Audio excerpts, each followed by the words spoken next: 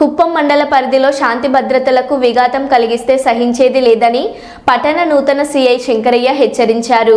కాగా గురువారం పట్టణ పరిధిలో దంపతుల మధ్య జరిగిన గొడవ చలికి వానగా మారింది.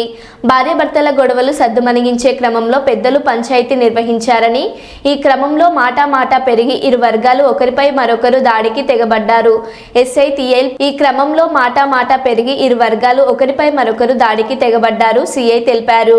ఈ దాడుల్లో 10 మంది గాయాల పాలయ్యారని, అందులో కొంతమంది పట్టణ ప్రభుత్వ ఆసుపత్రిలో చికిత్స పొందుతుండగా తీవ్రంగా గాయాల పాలైన వారు పిఎస్ వైద్య కళాశాలకు చెందిన ఆసుపత్రి నందు చికిత్స పొందుతున్నట్టు తెలిపారు.